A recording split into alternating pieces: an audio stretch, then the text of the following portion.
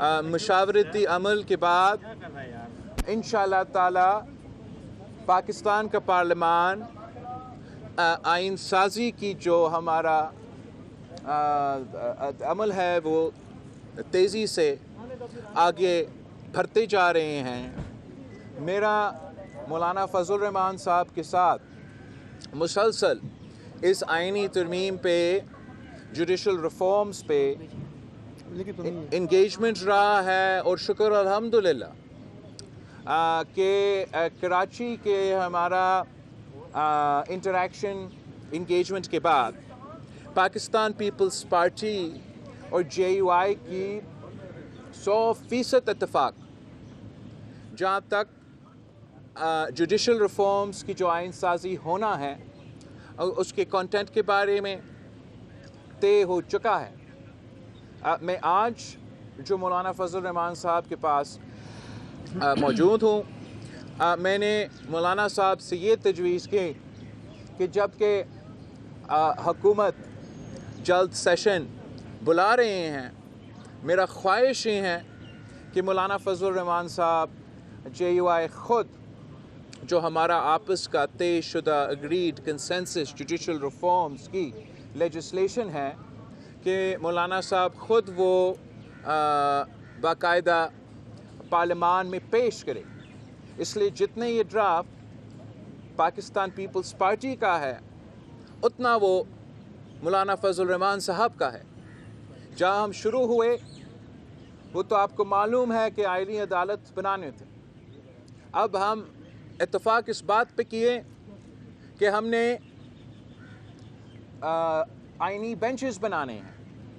جو ہم نے 19ویں ترمیم کو ختم کرنا تھا وہ 19ویں ترمیم کو ختم کر کے ہم پارلیمان کو مزید طاقتور بنا رہے ہیں اور پارلیمان کی رول جوڈیشل اپوائنٹمنٹس میں دلوا رہے ہیں.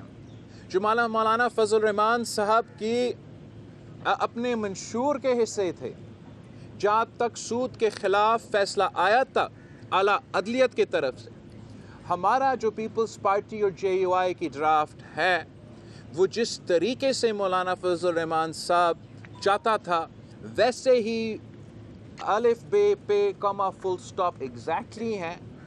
اس پوائنٹ کے بارے میں ایک غلط فہمی پیدا اس لیے ہوا ہے کہ جو حکومت نے اپنی طرف سے نون لیگ پیپلز پارٹی اور جے یو آئی کا ایک ڈرافٹ بنا کے کل پاس کیا، اس میں ایک غلط تاثر جا رہا ہے کہ ہمارا ڈرافٹ میں یا جے یو آئی نے اپنے اصولی موقف سے کوئی پیچھے ہٹا. تو وہ بھی میں کلیریفائی کرنا چاہ رہا ہوں کہ جو ڈرافٹ میں چاہ رہا ہوں کہ مولانا صاحب خود پیش کرے، وہ ڈرافٹ مولانا صاحب نے خود لکھا ہے.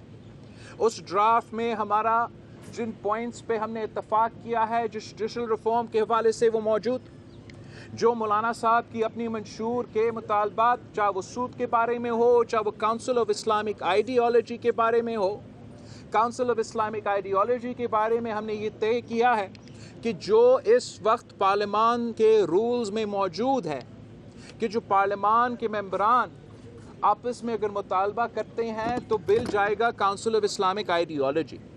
وہ رولز کے جو کمپوننٹس ہیں انشاءاللہ تعالی جو بل مولانا فضل الرحمان صاحب مجلس شورا میں پیش کرے گا، اس بل میں یہ کاؤنسل آف آئیڈیالوجی کا جو کمپوننٹ جس الفاظ کے ساتھ میں نے دہرایا اس کے تقریباً نزدیک کامران صاحب تو بہتر لائر ہے اور وہاب صاحب بہتر بتا سکیں گے، مگر اس کانٹیکس میں وہ بھی انشاءاللہ تعالی موجود ہوگا. جہاں تک مولانا فضل الرحمان صاحب نے پی ٹی آئی کے ساتھ پہلے یہ طے کیا تھا کہ پی ٹی آئی کا ملاقات اپنے بانی قائد سے ہوگا اور وہ انسٹرکشنز لیں گے. وہ ملاقات پہلے کل ہونا تھا، پھر آج صبح ہونا تھا. اب شکر ہے کہ ایٹ لیسٹ کم از کم ہو گیا. اور مولانا فضل الرحمان صاحب انشاءاللہ ان سے بات کریں گے، ان کا بھی انپٹ لیں گے.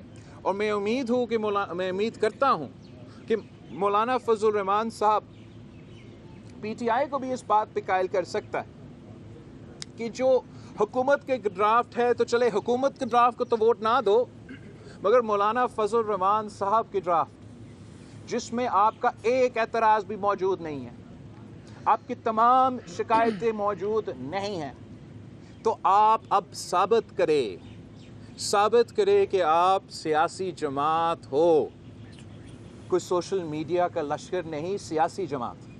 آپ کی کوئی سوشل میڈیا کا لشکر نہیں، سیاسی جماعت۔ آپ کی سیاسی مطالبات مانے گئے ہیں۔ سیاست میں کبھی بھی کوئی اپنا 100% کامیابی حاصل نہیں کرتے۔